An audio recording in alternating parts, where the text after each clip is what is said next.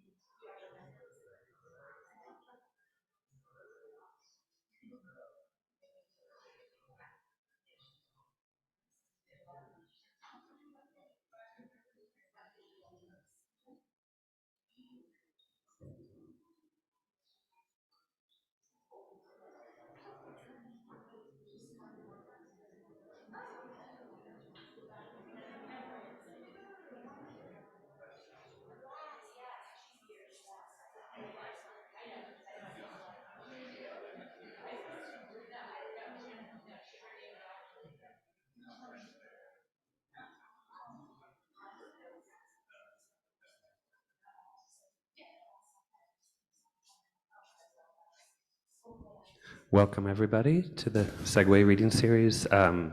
This is Stella Silman and I'm Jay Sanders and we're the curators of this season. We wanted to just, one thing, acknowledge a really important poet in our midst who passed away just recently, Lynn Haginian, who's been really a formative poet to the Segue community and so many of us. So she was on our mind today and want to just say that she's in our thoughts. And it's our pleasure to have Alexandra Auder and Stephanie LaCava reading today. So without further ado, we're going to introduce Stephanie LaCava. A novelist, publisher, and cultural critic, Stephanie LaCava seamlessly occupies a multitude of roles. The author of 2 acclaimed novels, The Super Rationals, published in 2020, and I Fear My Pain Interests You, published in 2023, her prose plumbs the calculated machinations of human dynamics, which we watch play out in a number of familiar scenarios like the art world, the literary world, and the worlds of film and performance. These worlds, each a cultural microcosm with their own rules and players, become contracted arenas for her characters to negotiate their motivations and desires. Ultimately mediated by the inescapable structures of capitalism and sexual politics, which transcend industry or niche cultural frames of reference, her characters endure existential feelings of emptiness and failure, assuaged momentarily by a critical engagement with art. Set at the intersection of the commercial art world and countercultural bohemia, Super Rationals follows the international adventures of an ex-gallerina who seeks solace in her private philosophical ruminations brought about by aesthetic encounters, while trying to overcome patterns of internalized behavior dictating the structure of her romantic and professional life.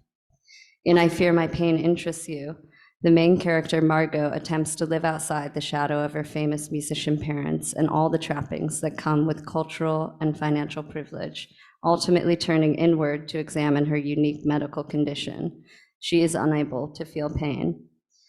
Both works provide an incisive critique of the transactional nature of the worlds LaCava's characters inhabit, which reward a social and intellectual shrewdness but erode the decision-making faculties and emotional responses of her protagonists.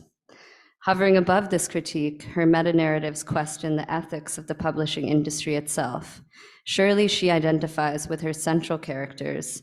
The novelist must always struggle to separate her independent ideas from an audience's predisposed expectations and desires.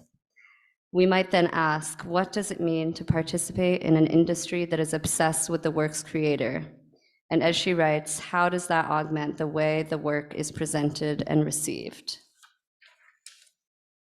LaCava's own fiction is highly informed by her deep engagement with counterculture and avant-garde materials, particularly in radical cinema, by the likes of Bill Gunn, Dusan Makaveyev, Koji Wakamatsu, or the French New Wave. Her criticism has appeared in Artforum, Text zur Kunst, New York Times, the New York Review of Books, Vogue, and Interview, and addresses iconoclastic visions and how they interact with the social structures that underpin art's relationship to culture at large. Recently, she has been working on a series of short experimental films that function like mini novellas, visually extending her exploration of narrative structures into time-based forms.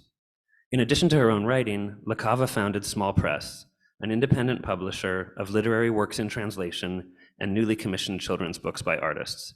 In 2022, the press released A Few Personal Messages, which discloses actor Pasolini Pier Clementi's account of the inhumanities and barbarism he faced while serving time in an Italian prison, and most recently, in 2023, Poems, a book featuring a suite of 4 unpublished poems by writer and actress Zoe Lund, written in the 80s. In a recent interview with Ryan Mangione, LaCava states, "As a writer, you just hope that at a certain point, that hidden thing breaks out. I would like to disappear and not be part of this one day, but as things stand right now, I am a part of it. There are some people who are really skilled at disappearing and not participating in these systemic games, which is a whole different story."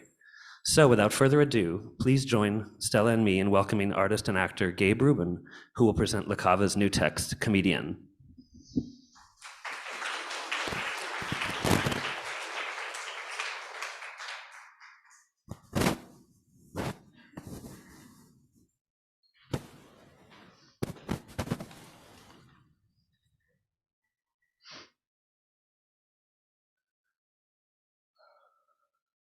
What can resist attack? Go on the defensive and offensive at once? Comedy. Unproductive specialists like me play dumb to go undetected. Sometimes I use stories that have been used before, vetted in dusty philosophy and old westerns. No one ever seems to remember them from the first time around. Tragedy, however, is harder to control, comes hard and fast, and when plotted or narrativized is never real. Interpreters of history are less clear than its clowns. Some of you look upset. Did you think this would be serious? A fire broke out backstage in a theater. The clown came out to warn the public. They thought it was a joke and applauded. He repeated it. The acclaim was even greater. I think that's just how the world will come to an end, to general applause from wits who believe it's a joke. This moment is one in which everything is miniaturized, everything, everywhere, all at once. I'm a sort of ass, like the one Apuleius talks about, clown ass, hiding in new form. Pirate princes, Pasolini crows. Biography is either stolen, shared, or passed down. Still, I am an orphan clown. I can disappear and not care. Turn me away, and I'm also into humiliation and degradation. Every now and then, I show up without struggle for rank or position. I have a question for you. What's the magic word? What's the magic word, a parent asks. What's the magic word? It's not please. How could that be magic? It's manners. That's the opposite of magic. I didn't figure this out on my own. I'm a clown. It was my son who told me. I asked him, what's the magic word? Abracadabra, he said. I'm a clown, not an art historian. But let's go back to Paleolithic times anyway. There's a faun drawn on the cave wall, all awkward legs. She has no eyes, but soft triangles are drawn inside her ears. Extra lines suggest movement. 5 legs, 2 tails. It's unclear how she can stand. It's okay, because she's a means to a practical end, not the actual end. She's a rendering, and you hold her only in your sightline.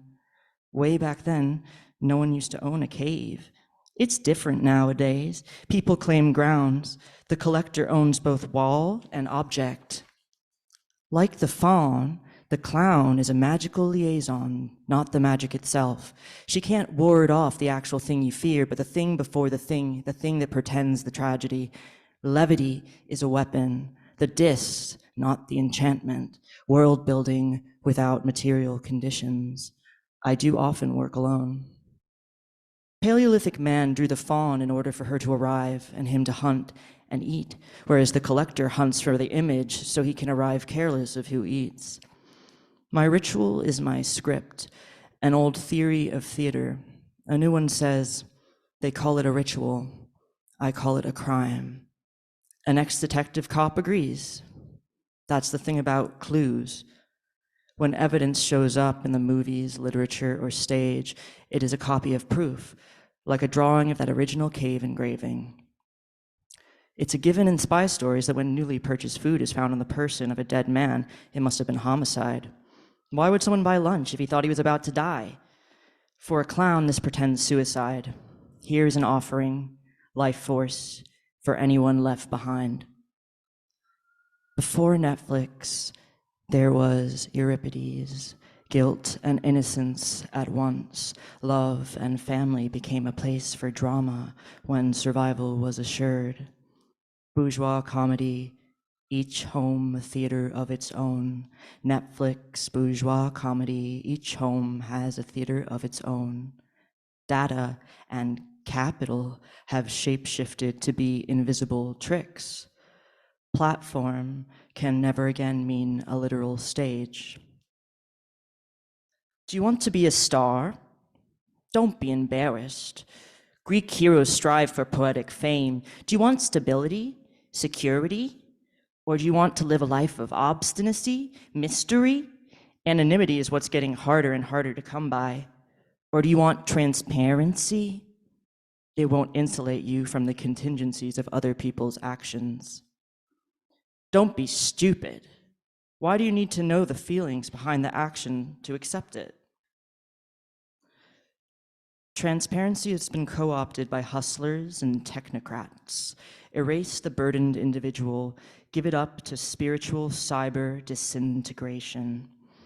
America is a rootless land which clears the stage for believable charlatans, snake oil salesmen, and actors as presidents, never overlooked, never sad. You are so very productive, hyper-productive, and well-dressed. To be a charlatan is to be the opposite of a clown. Your intuition is all messed up by the ability to see everything everywhere all at once. You think you hold all the fawns. Sweeping up the jokers he left behind, you find he didn't leave you very much, not even laughter. Like any dealer, he was watching for the card that was so high and wild, you'll never need to deal another. Thank you.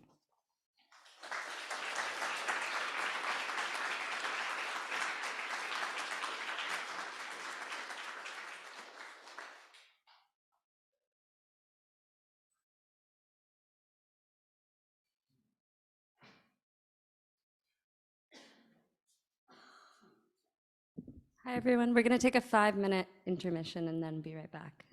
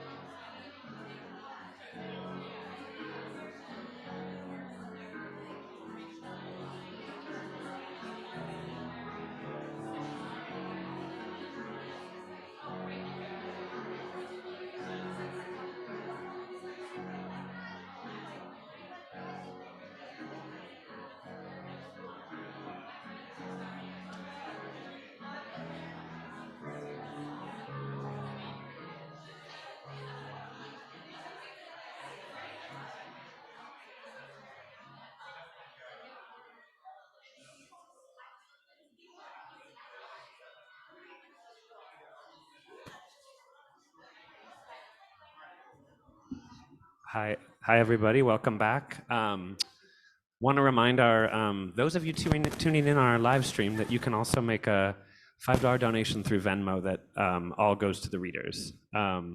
It's our great pleasure to have Alexandra Auder here tonight, and very, very excited that she will be introduced by Ariana Rines. So can I introduce Ariana?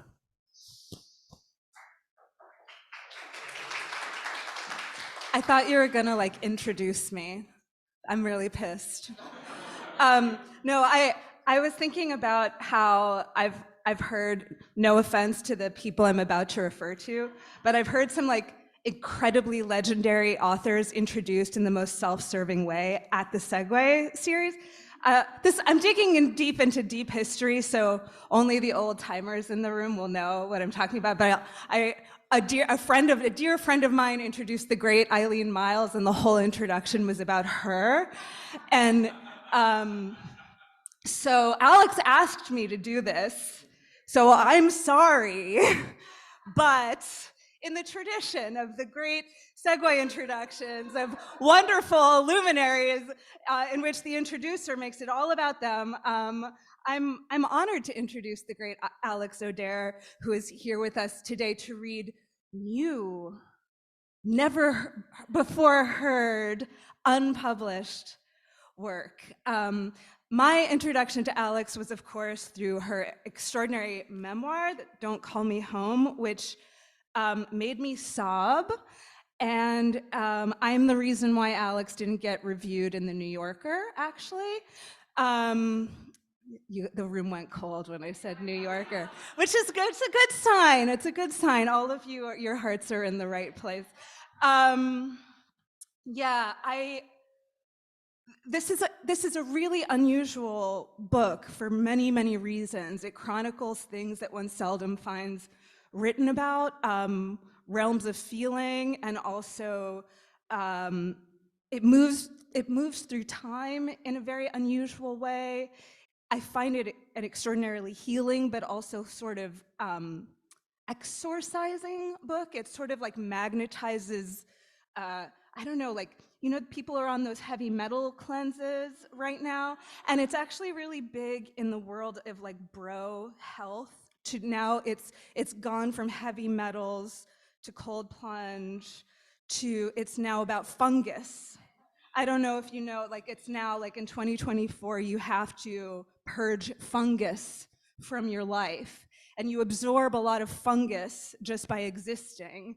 And reading this book pulled, like, you know, like a magnet, it pulled out many of the toxins in my being. And it's a book that's written, I think, with a lot of heat. And I mean this in like I've realized this is like a major compliment for me when I find a person or a work of art warm or hot, in other words, not cool. Um,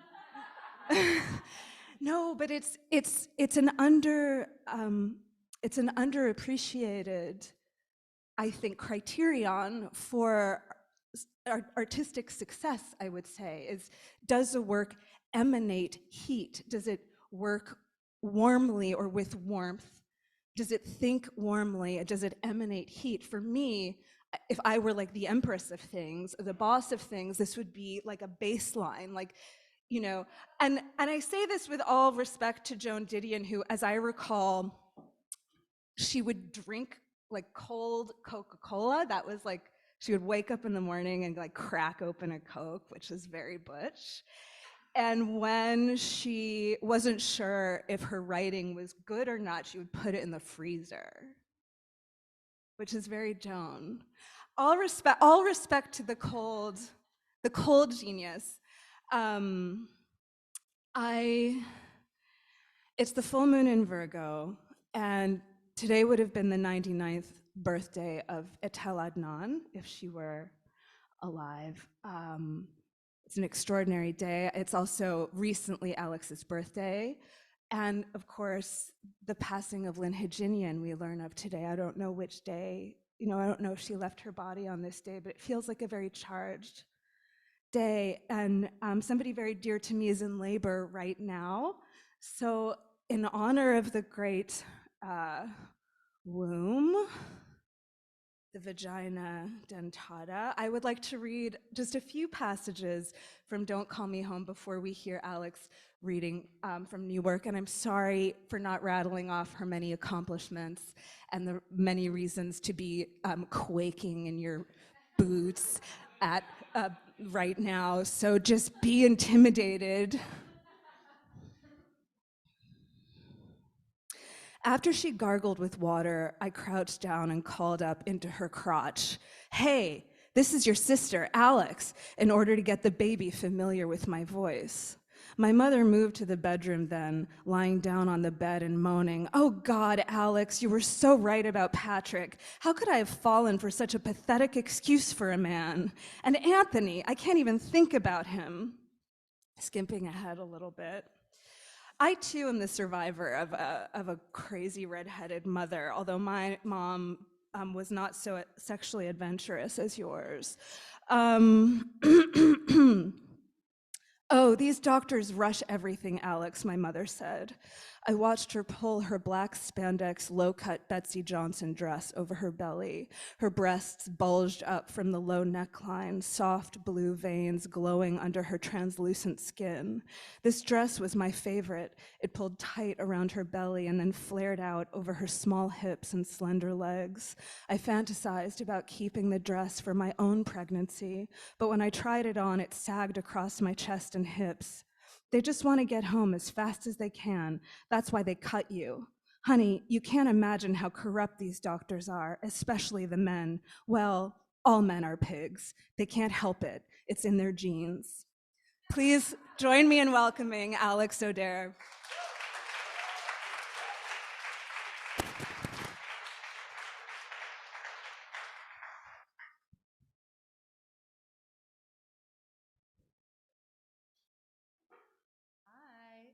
I certainly couldn't have asked for a more perfect intro. That's why I knew to ask you.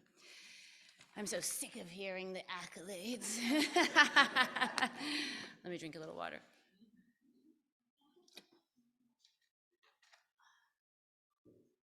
And I'm really glad you said that, because I tried to bring up the fact that I almost had a review in the New Yorker without sounding too humble bragging, if that's even humble bragging, but I'm glad you did it for me. Okay, well, this is going to be much longer than Stephanie's piece, I'll warn you. Hi, just getting a feel for the room. Hello, hello. Got some family here. Some family who were once married, now divorced. I'm only saying it because I heard someone else had to deal with that in the room today. But okay, this is ancient history. Okay, start. I just have my phone on so I can make sure I don't really bore you for too long. Today, before I open my eyes, I can usually sense through the wall what mood she's in while she waits for me in the linen closet. My pillow rests against the wall. Hold on, how's this volume? Is that okay? Okay, I realized I was leaning over, okay. My pillow rests against the wall so that my head has direct contact with it, but today it's immune to my powers. I keep my body very still as I gently wedge my index finger between the baby's lips and my own nipple, break his suction, put a foot on the floor to stabilize myself, wait a few seconds, breathe steadily, then roll off the mattress onto the floor, a strand of saliva and milk still connecting me to the baby's gaping mouth. Nick snores next to the baby, one arm hanging off the bed like the death of Murray. I lay here naked on the floor for a bit, pray the baby won't cry out for more boob, stare at the orange hammock dangling like a limp body from a beam on the slanted wood ceiling. Other than the giant hammock, the king-size mattress, and the brick fireplace, the third floor is empty. It serves as bedroom, yoga studio. That's why the bed has no frame, so I can more easily hoist it up against the wall during the day to make space for yoga classes. Dance party room, kids' playroom, and birthing room. I rise to all fours, breasts dripping milk, stand up, try not to creak the wood floors, walk to a window. The ivy is turning orange. I love to watch people from these windows. Put together people smoking and talking, people waited to be seated at the Lamb. I watch them looking up at this building, wondering what it must be like to live in here, to be charmed, to get to view the city through this ivy-lined frame. They probably have no idea I covet their freedom, that I wonder what code they broke that delivered them to this corner with a pack of cigarettes, no kids, and enough money to eat at the Lamb. The frayed end of a rope is pinned down by the closed window, and a life-size skeleton hangs from the other end of it. We were meant to pull it up and into the bedroom after Halloween to avoid accidentally killing a pedestrian, but after everything went down, we forgot. Or we didn't care anymore. Any other day, I'd have been frantically trying to get the skeleton in before she saw that it was still hanging, but fuck it now, right? I look into the blue light of my phone, nothing. Over the years, of course, there have been some very tense dynamics, as she would put it, and yet she has still expected me to show up in the morning. But after what happened, no, there's no way we can go on as usual, can we? I'm still hoping and dreading and hoping that this is an irreparable fissure. The window frames a patch of the city that's almost still. No cabs, no pedestrians, only a busboy running the Lamb's hose, washing the night's grime from the sidewalk and watering the restaurant's clutter of potted plants. A garbage truck screeches, glass bottles tumble in, crash, shatter, a metal shutter rolls up.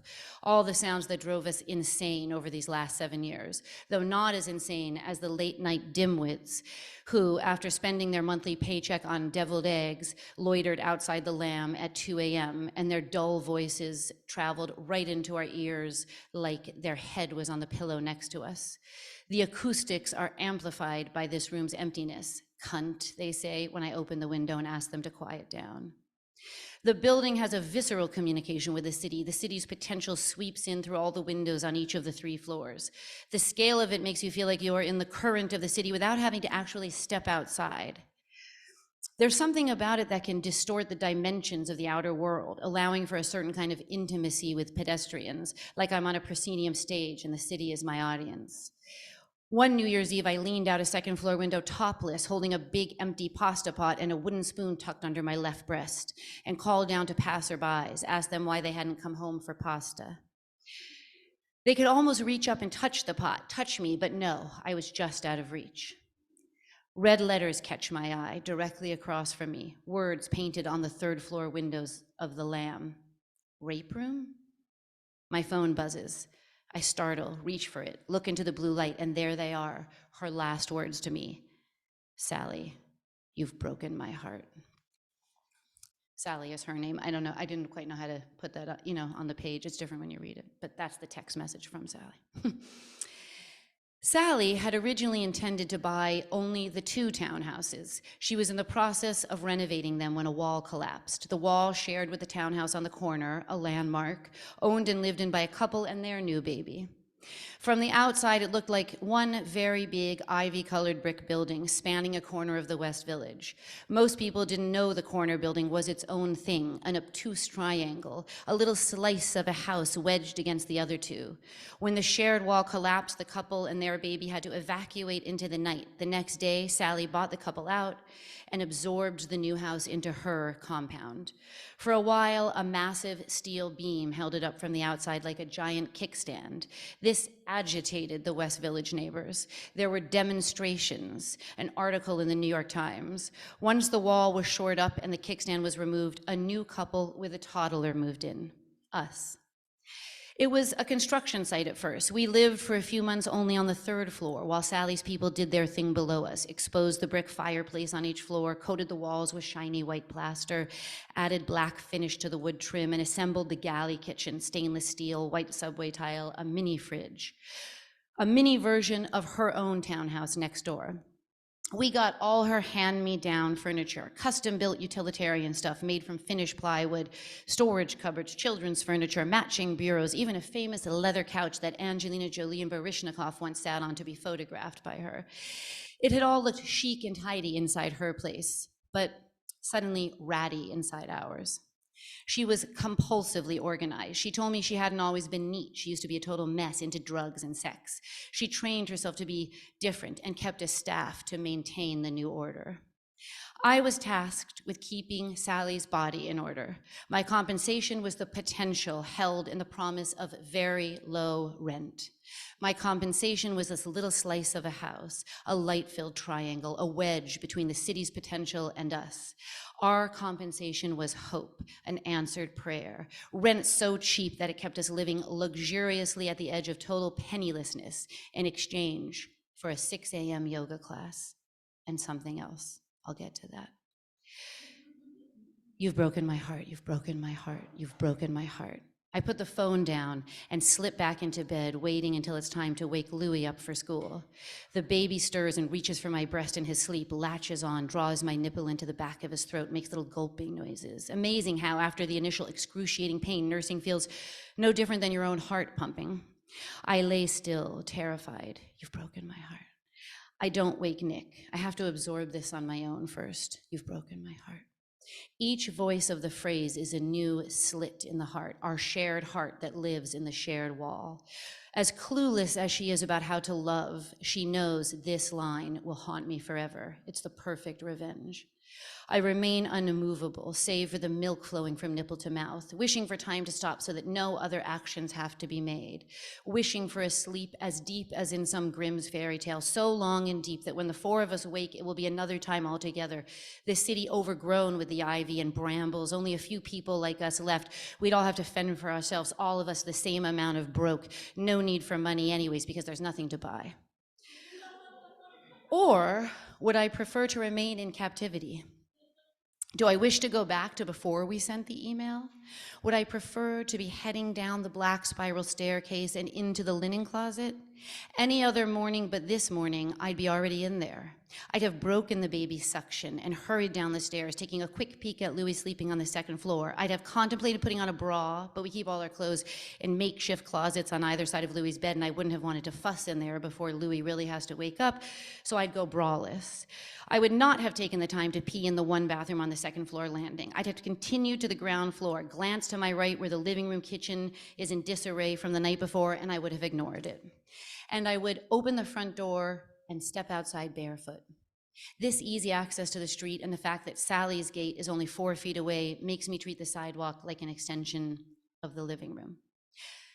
From across the street, the busboy with the hose would look at my bare feet. I would smile at him, shrug. He would go back to watering the lamb's flowers. I wouldn't notice him shaking his head, but now I do see it. What could be more privileged than walking from your living room to your office barefoot? When I was a toddler, my mother used to walk me barefoot along the city sidewalks and chat with what we called back then the bums. She said pedestrians were horrified. Put some shoes on her, they said, glass. I let Louis run over to Bleecker Street playground barefoot, and they are still horrified. Glass, they say, put some shoes on her.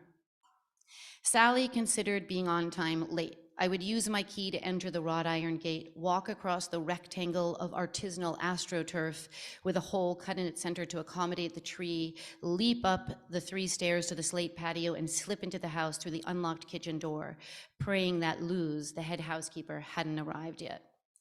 After I slip into Sally's kitchen, smoother white plastic walls, slicker black trim, cleaner subway tiles, shinier stainless steel, I assess the coffee pot.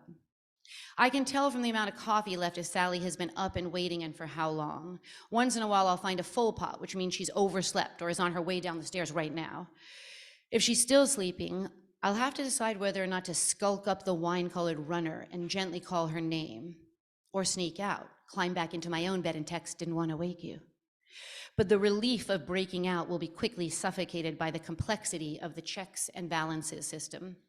For a brief period, I will have the upper hand when she sleeps through our daily session. Soon enough, though, I will inevitably oversleep myself and I'll be scrambling to regain her affection until the next time she sleeps in or forgets to tell me she's on location. Sometimes Luz arrives before me. She makes the kids breakfast on school days and packs their lunches. Luz and I have known each other for a long time, from when Ray was still alive. She's fine to me, but I suspect she thinks I'm a grifter, doesn't like the way I roll out of bed into the kitchen braless. When Luz is there, it's the walk of shame. On the way to the stairs, I pass a credenza with a dozen children's cardigans, identical, all beige cashmere, neatly folded, next to 2 open boxes filled with brand new patent leather Mary Janes in various children's sizes, and 1 pair of huge, really huge, black velvet opera shoes. And a tome that holds the 3 children's updated schedules, laminated pages filled with information about their Upper East Side school picks-up and drop-off times, music lessons, piano and violin, lacrosse, sometimes play dates, synagogue activities, doctor and dentist appointments. The surface area of the credenza is Eleanor the head nanny's domain. Every countertop is bare and gleaming except for 4 art books placed symmetrically on the round coffee table in front of the fireplace. An oatmeal cashmere throw folded with precision hangs over the back of the flax-colored linen couch. The couch faces another flax-colored linen couch. I began the climb up the wine-colored runner. The door to the linen closet is at the top of the landing. When it's closed, that means I'm on time and she hasn't started. In that case, I will open the door and sit in the middle of a platform of an antique wooden stepladder, wedged between the exercise bike and the shelves. A mini flat screen TV hangs from the underside of a towel shelf. She likes me to cue it up to CNN before she mounts the bike. I told her the sign of success is to have 2 sets of sheets, and the sign of absolute power is a linen closet. When she comes in, she begins to pedal the bike like an old racehorse. I usually come up with a quip, but sometimes I'm reaching into a black hole, the words are being pulverized. "You look tired," she might say without looking at me. The baby was up a lot, but I'm totally fine. She looks angry when I mention the baby. "You saw the news," she says. "No, tell me. You didn't see? He's accused of sexual misconduct. What an asshole. Is Luz down there?" I don't think so. No, God damn her. She continues to pump. Sweat dampens her forehead. How are you feeling about everything? I might ask. She makes a face like something stinks, pumps harder, says, Lauren Lorenz people are coming to see the houses today. Can you make sure it's all cleaned up? I secretly check the time, 15 more minutes, then a quick stretch in her office. But sometimes she refuses the stretch, especially when she hates me. When she hates me, she acts like I'm raping her when I stretch her. When I'm late, the doors open and Sally is already on the bike, huffing and pumping out her grievances. Her grievances are mostly about her staff. She can see me coming up the stairs as she pumps. If she looks at me and nods, then I know I'm still in her good graces. If she ignores me, keeps staring at the TV or down at the handlebars, then I know I've fallen from her good graces and her grievances will be directed at me, or more often Nick through me. Or all of us, really, everything and everyone who have failed to live up to her expectations. Most of us fall into what she calls the gray area. However temporary my fall from grace is will remain unknown until I get to the top of the landing, wedge myself between her and the piles of perfectly folded sheets and begin to decode her frame of mind. You've broken my heart. You've broken my heart. You've broken my heart. No, I do not think I will be heading over to the linen closet this morning. 15 years ago. It all started with a voice message from Cleo, a voice message left on the answering machine in the office of my yoga studio in a small town in the Hudson Valley. A message I almost missed because I hated that dark entity with people's needs living inside of it. So I rarely press play, which you would think would make it hard to run a business. But despite my disinclination to listen to messages, my chronic lateness, my discomfiture during monetary transactions, people loved me. Every weekend, famous writers and actors made a pilgrimage from the city to the country and lined up on the sidewalk waiting for me to arrive. They didn't care that I was late. They were grateful I showed up. They praised my height and flexibility because I was tall and lithe and spoke with confidence about the essential nature of consciousness. They said I was the greatest yoga teacher they ever had. Granted, people didn't know anything about yoga back then. And I had the only yoga studio in the Hudson Valley, so I may have been the only yoga teacher they ever had. It was a different time, and during that other time, I was a guru of sorts. To make more money, I service the wealthy body because people with money want to pay to have their limbs manipulated and their souls wrestled free while they sleep. In the yoga industry, although back then it wasn't an industry yet, we called this doing privates. Really, I was a personal trainer, but with the promise that the fruit of my labor was seeded with spiritual advancement. Back then, lucrative private gigs were sparse, so when I heard Cleo's message, I immediately called back. I wanted the gig. It was a great gig. Back then, I had no idea there was something called the gig economy. It was summer in the Hudson Valley, a gentle breeze, dandelion fluff catching the golden light. The gate opened. I drove towards the river down a tidy dirt road, winding through the woods, past a weeping willow, at the edge of a lovely pond, between flowering fields, along mowed lawns bordering a collection of pristine stone barns with peaked slate roofs, through a small apple orchard, and then I parked behind a stone cottage where multiple pairs of tall black rubber boots were neatly lined up by the kitchen door alongside a few baskets of apples. I gently pushed open the screen door and stepped for the first time into the world of shiny smooth plaster walls and black wood trim, uncluttered black granite countertops and white cupboards, multiple cans of Café du Monde lined up on a black shelf, cream-colored linen couches and white carpeting. I had never lived in this level of order. It was chaos growing up. As much as I tried to steer my life towards order, this level of it was exotic. It was a pleasure to be invited in. A short, out-of-breath, heavy-set blonde woman in a white chef's apron appeared. She told me she was Cleo, Sally's chef, the one who had called me. She was friendly, informal. She handed me a glass of iced coffee, rich with cream, sweetened with maple syrup.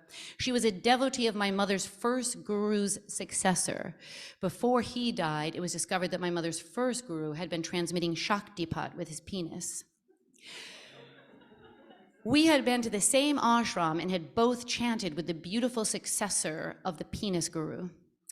She offered me a warm piece of sourdough bread with a slab of butter, of salted butter, told me she had collaborated on this dough with her mentor, W, the mother of farm-to-table cuisine.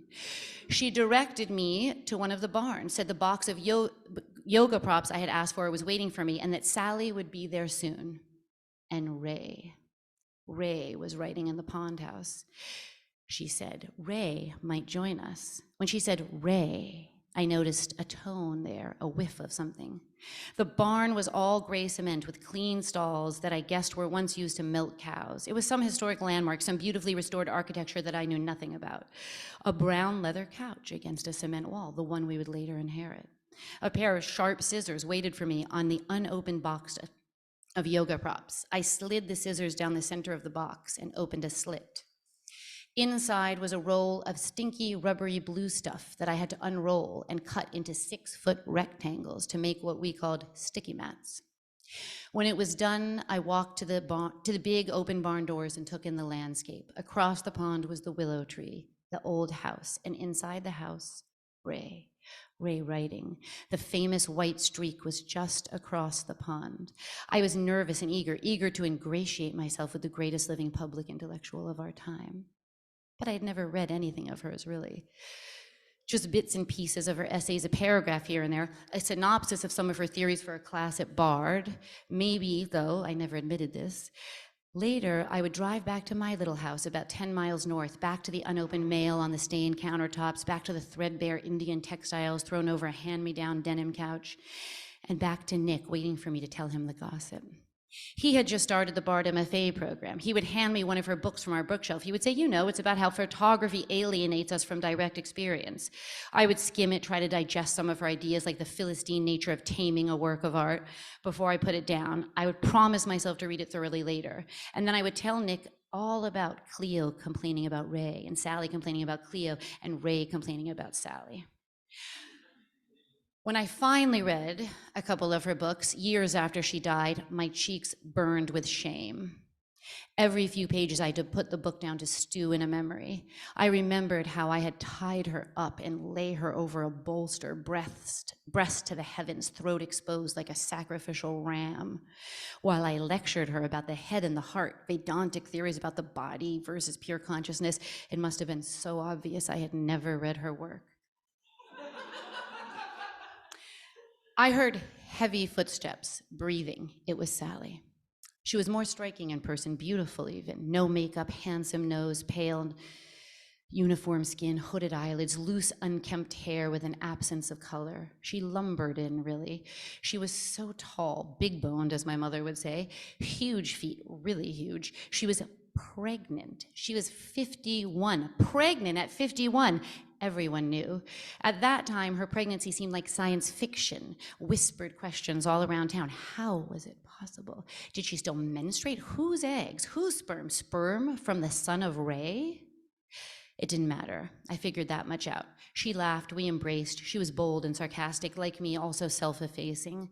I propped her body up on bolsters and blankets. Sometimes I had to gently wrestle with her heavy limbs to get them to acquiesce. Her limbs were both tense and floppy, like they had no agency. How did I even know what to do with a pregnant body? There was no Googling, no group chats.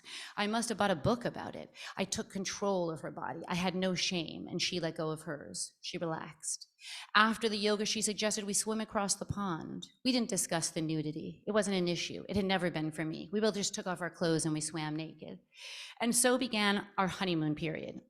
A summer fueled by the pregnancy hormones that make you feel high and right. Sally said she was the happiest she had ever been. It was beautiful, sun-dappled, mowed, free of all fallen branches. I was fed, hydrated, adored by the women. Every morning after yoga, the two of us stood at the edge of the pond and took off our leggings, t-shirts, underwear, and left them in a pile under the willow tree. When Sally's sisters were visiting, they joined us. We were tall women. We unhooked our bras and released large, heavy breasts. We slipped our pale bodies into the black water and swam across the pond towards the cement wall of the dam. I had choreographed a spoof of a nude water ballet that ended with an underwater somersault where my naked ass made a brief appearance above the surface. Sally loved this routine and asked me to do it for her sisters. Sally and the other women climbed up the slippery ladder, but I always bypassed it, and instead I used the edge of the wall to hoist myself up and out, showing off. Sally was rarely effusive, but I could see that my strength and suppleness, my youth, energized her. I could tell she appreciated my apparent lack of intimidation, my ease with my own body and the bodies of others. We would stand naked at the dam's railing for a few moments, looking down at the creek below the mossy rocks, the dark woods, absorbing the beauty before turning around, counting to 3, and simultaneously diving back into the pond. On the way back to shore, we did the side stroke, while Sally voiced her anxieties about how one photo shoot or another with a major celebrity or political leader unfolded, and how Cleo was in love with her and plotting against Ray. I offered a neutral ear and bits of frank observations. When Sally liked what I said, it was gratifying. I found myself vying to please her. Sometimes Cleo joined us. She took off her clothes under the willow tree. Her rolls of fat and loose porcelain skin floated in the dark water, little bits illuminated by the summer light.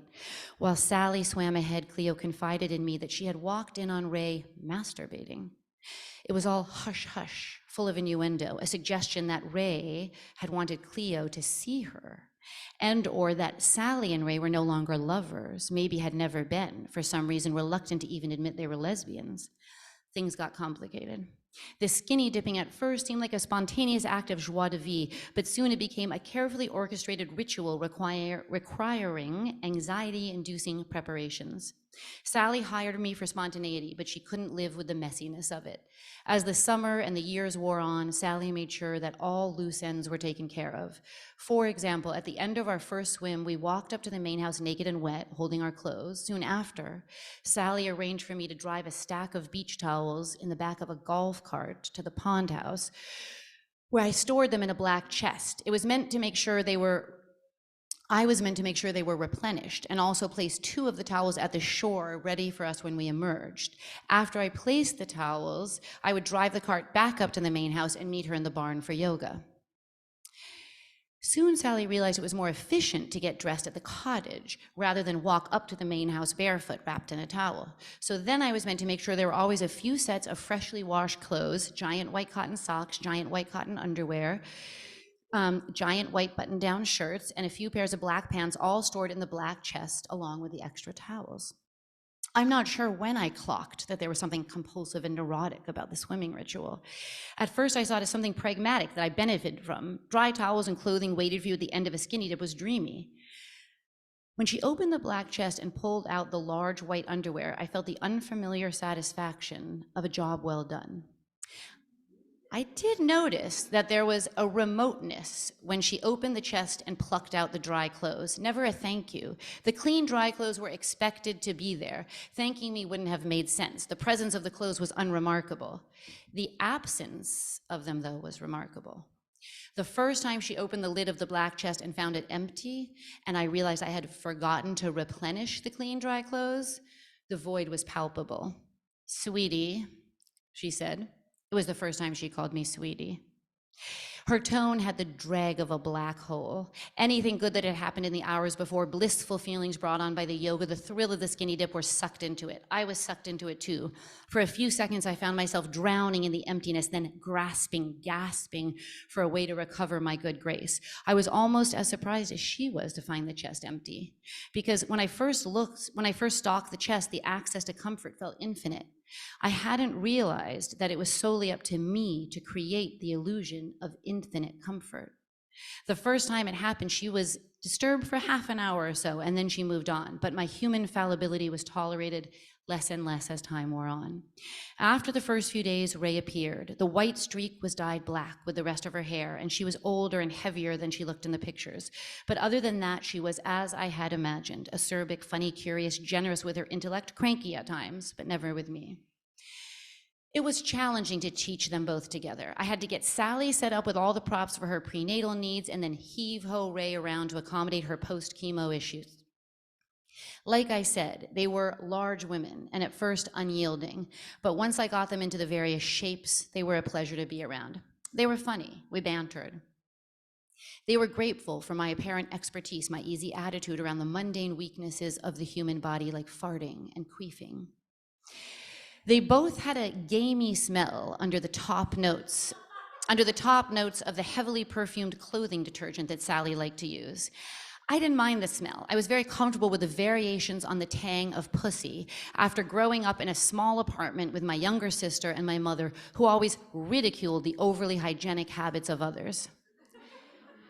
When we weren't out in public, the three of us had our hands down our own pants half the time, fiddling with our pussies and sniffing our fingers. My mother was a big proponent of feeding the microbiome before we all knew there was a microbiome.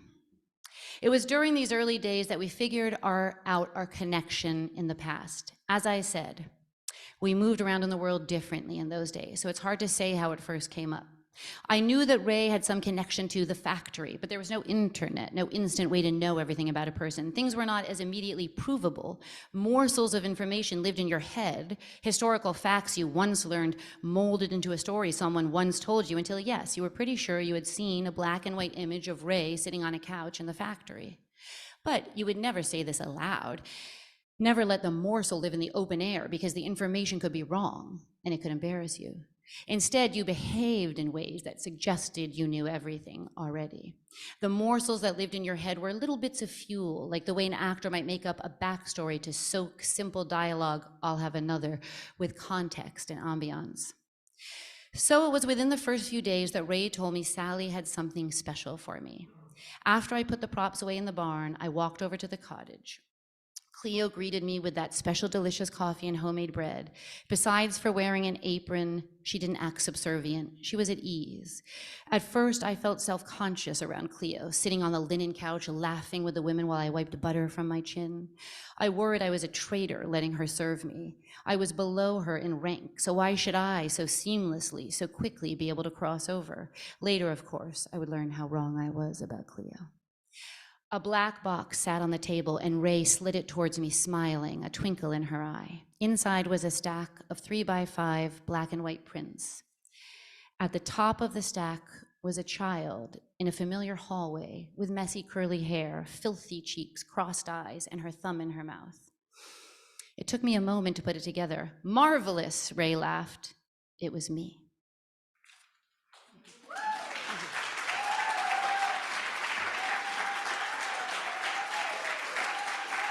Thank you, Artist Space.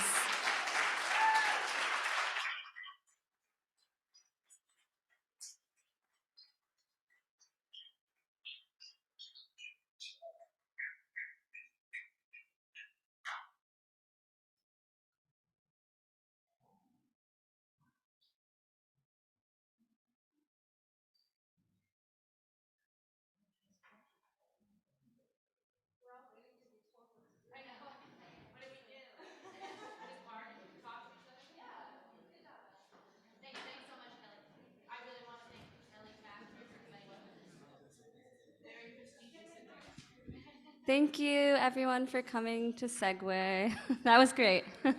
Good night.